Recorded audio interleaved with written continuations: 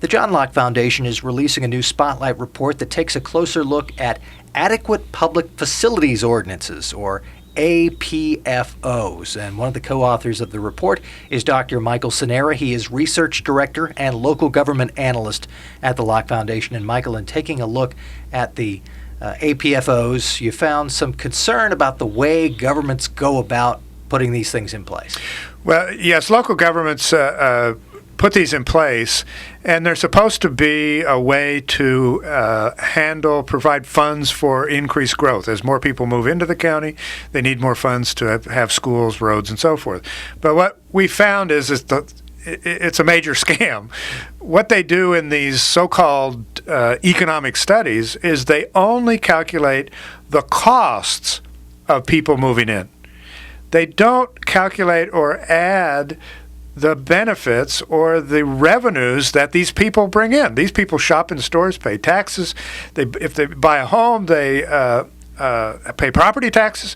So they are contributing money to the public coffers to help pay for these services that they receive.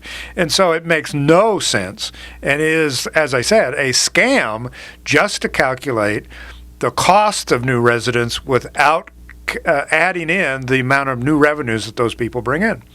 It sounds as if this is a way for the people who already live in a community to make newcomers pay more than what is actually their fair share. Well, and that's part of the politics of it, because the county commissioners hear from the current residents, and they don't want to impose any increased costs on them because they will scream bloody murder.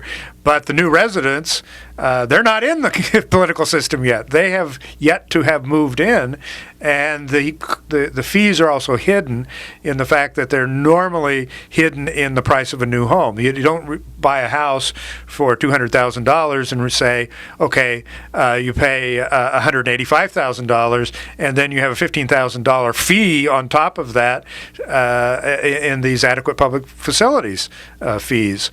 The other concern here is that the counties call them voluntary.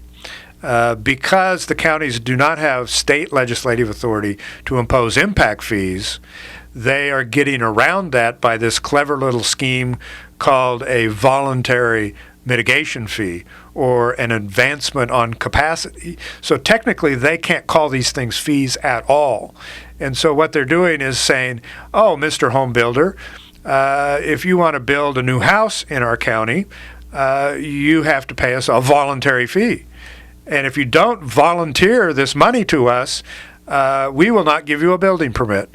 So this is voluntary in the sense that paying protection money to the mafia in New York City is voluntary.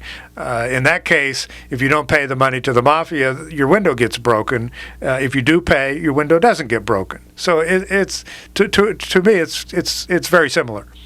If you'd like to learn more, you can log on to the John Locke Foundation's website at johnlocke.org and click on the button labeled Spotlights.